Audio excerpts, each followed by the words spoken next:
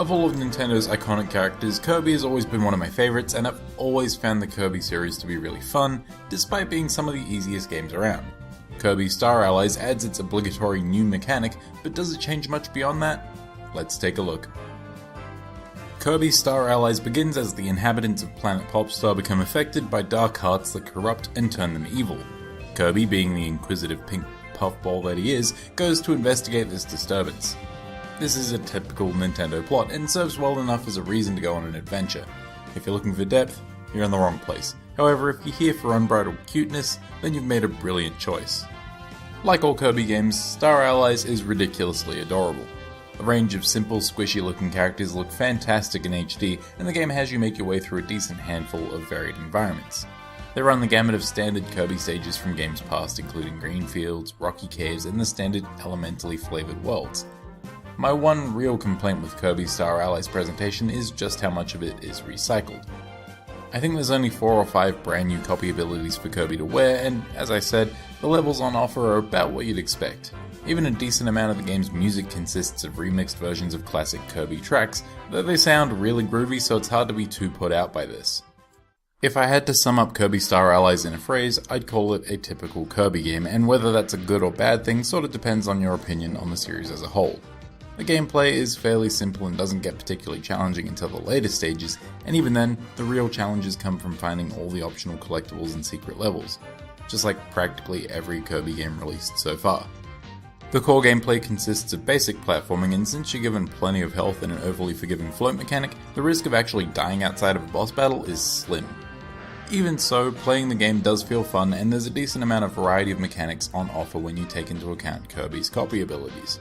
While most of these skill sets are being revisited from previous games, they're no less fun, and the new ones are generally pretty great too. Personal favourites of mine like Suplex and Beetle are still fantastic, but I'd be lying if I said that I didn't love new additions like the Artist or Spider abilities.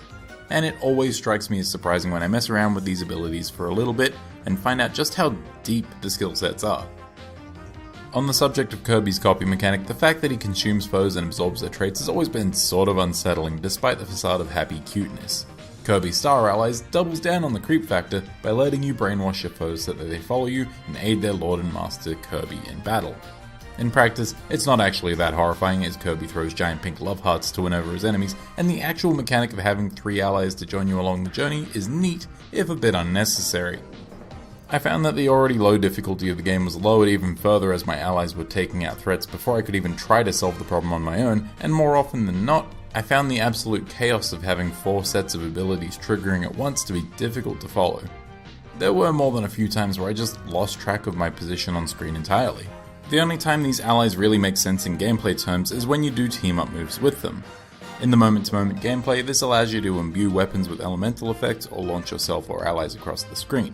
Special sequences, on the other hand, let you use your super team-up abilities to add a few wrinkles to the core gameplay. These sections allow you and your allies to make a bridge, a giant wheel, or even a so-called friend train, with the former tasking you to direct an NPC past hazards by changing your position, and the latter two opening up sections that are reminiscent of the minecart levels in the Donkey Kong games. One of the team-up formations even changes the game style to be more like a side-scrolling shoot-'em-up, and these moments, while brief, serve as a great way of breaking up the core platforming gameplay. I always found that these sections popped up at just the right moment, as I was beginning to tire of the standard platforming. When they weren't present, these stretches of basic gameplay were often punctuated by a fun boss fight that would often up the difficulty by a decent measure. I think the only time I actually lost a life was against Kirby's longtime frenemy, Meta Knight. That's not to say they aren't also affected by the addition of all your friends, however, and if you happen to have allies with a particularly kick-ass set of skills, these fun boss fights can end up becoming a blink and you'll miss it situation.